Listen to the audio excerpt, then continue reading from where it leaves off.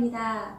여러분은 여러분의 감정을 내가 원하는 대로, 마음대로 움직일 수 있다면 얼마나 좋을까? 예, 내 자신이 감정의 주인이 되어보는 거죠. 오늘 이 시간 함께 하시기 바랍니다. 남자와 여자가 만나서 처음에 연애를 할 때, 썸 탈 때 어때요? 참 좋죠. 마냥 좋고 긴장되고 또 설레이고 그 만날 생각에 또 그날 하루는 또 온통 행복하기도 합니다. 이렇게 좋은 감정을 가지고 만나다가 어느 정도 시기가 지나면 연애의 권태기가 찾아옵니다. 그럴 때 바로 연애의 고수가 필요하죠. 그게 바로 밀당인데요. 연애의 고수일수록 이 밀당을 잘한다고 합니다. 저 같은 경우에는 결혼할 때 한 달 만에 선을 보고 결혼을 했어요. 그래서 이 연애에 밀당할 시간이 없었습니다. 아쉽기도 한데요. 자, 이처럼 우리 감정도 밀당을 잘하면 아주 편안하고 또 부드럽고 그렇게 해서 감정의 고수가 될 수가 있습니다. 먼저 감정을 따라 사는 결과와 또 보편적인 사실을 따라 살았을 때의 결과에 대해서 알아볼 건데, 먼저 감정이란 단어를 사전적 의미로 찾아보면 어떤 일이나 현상에 대하여 일어나는 마음과 느끼는 기분이라고 나와 있습니다. 이것을 현대 과학의 관점에서 보자면 감정이란 어떤 현상이나 일에 대한 우리의 반응으로 생리적, 정신적, 또 행동적인 모든 요소를 포함하고 있습니다.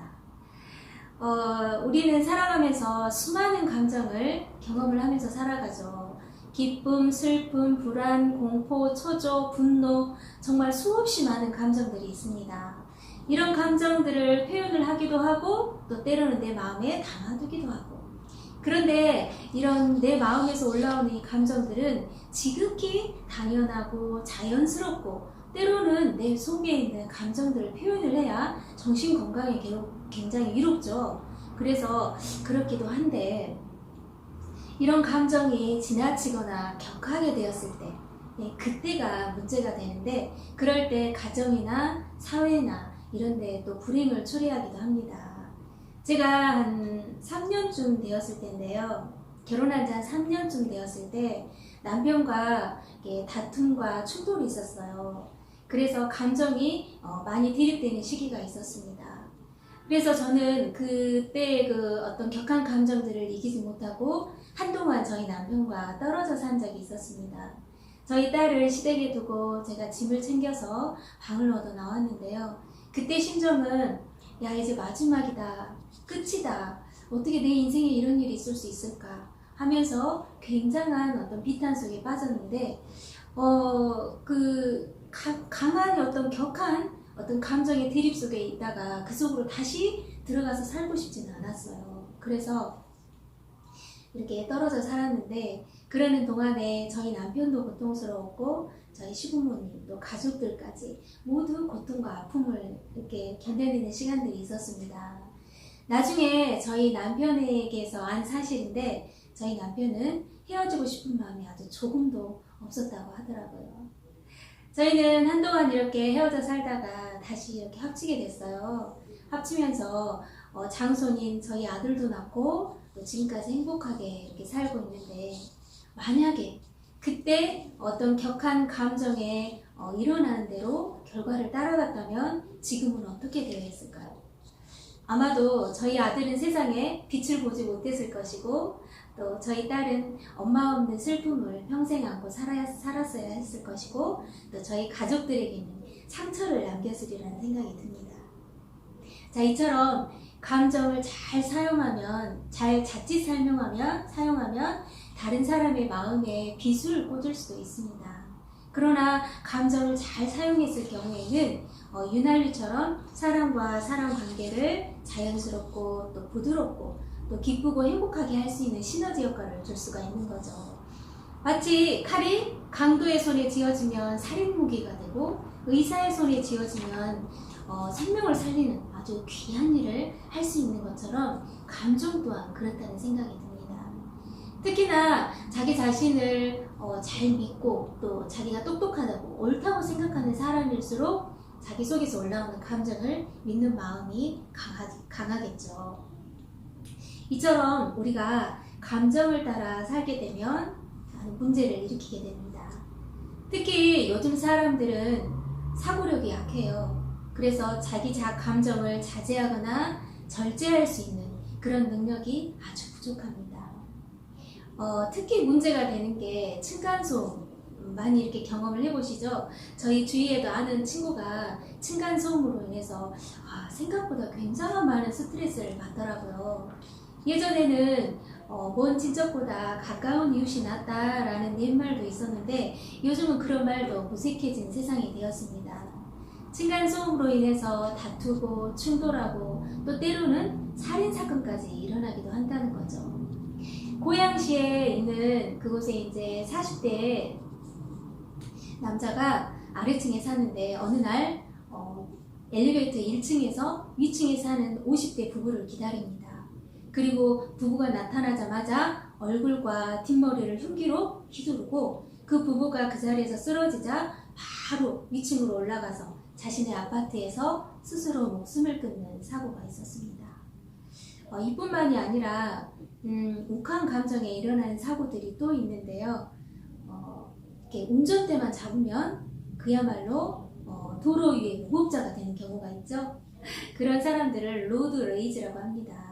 보복 운전이나 난폭 운전과 같은 이 로드 레이즈들은 처음에는 이렇게 평상시에는 잘 나타나지 않아요.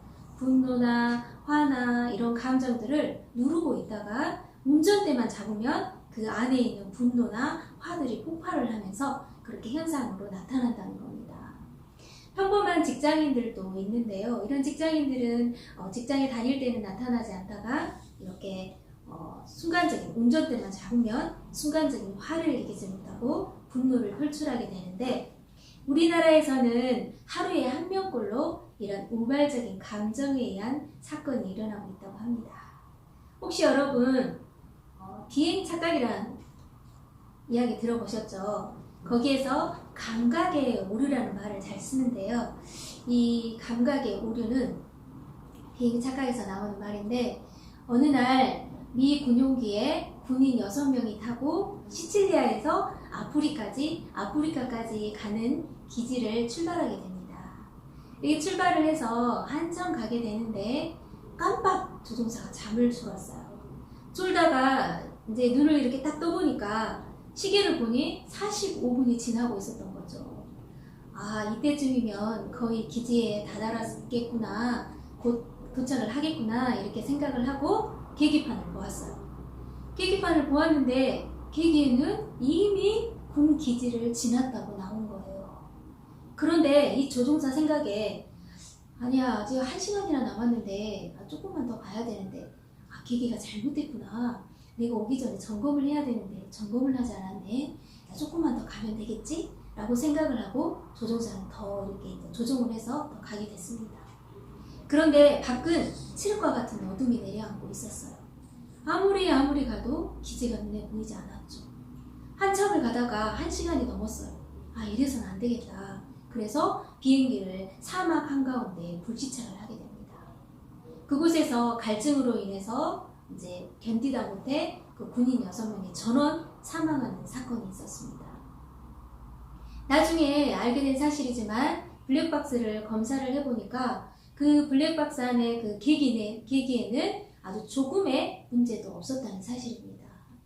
그것은 이유가 있었는데요. 그날 강한 편서풍이 불면서 예전보다 훨씬 빠르게 비행기가 그 기지에 도착을 했었던 겁니다. 그 지점을 통과하게 되었던 겁니다. 그 사실을 몰랐던 이 조종사는 2번 생각하지 않고 자신에게서 올라온 그 즉흥적인 판단과 감정을 따라서 행동하게 되면서 이런 불행한 결과를 낳게 되었습니다. 그래서 미국 조종사들을 훈련하는 학교에서는 이 비행 착각에 대해 2가지를 꼭 염두에 두라고 한다고 합니다. 첫 번째는 자신의 판단이나 감정을 절대 믿지 말라. 2번째는 계기판을 믿어라. 계기만을 믿어라. 이렇게 하면서 강력하게 훈련을 시키고 있다고 합니다. 제 아무리 유능한 조종사라 할지라도 비행 착각에 빠지면 단 1초만이라도 생명을 잃을 수 있기 때문입니다. 그래서 아주 중요한데요. 이처럼 우리 마음에는 감정을 지나치게 앞세우다가 예기치 않은 불행한 결과를 이렇게 가져오기도 합니다. 그래서 우리 마음에 중요한 거는 이 감정과 또 사실 사이에 분별하는 삶을 살아야 된다는 거죠. 이 우리 마음에 이렇게 보편적인 사실을 마음에 하나하나 세워갈 때 감정을 다스릴 수 있고 또 감정에 휘둘리지 않는 삶을 살게 됩니다. 제가 아는 부부 중에 20년 동안 이렇게 살아온 부부가 있습니다. 그런데 그 부부는 20년 동안 살면서 늘 불평과 불만과 다툼 속에 살아왔어요.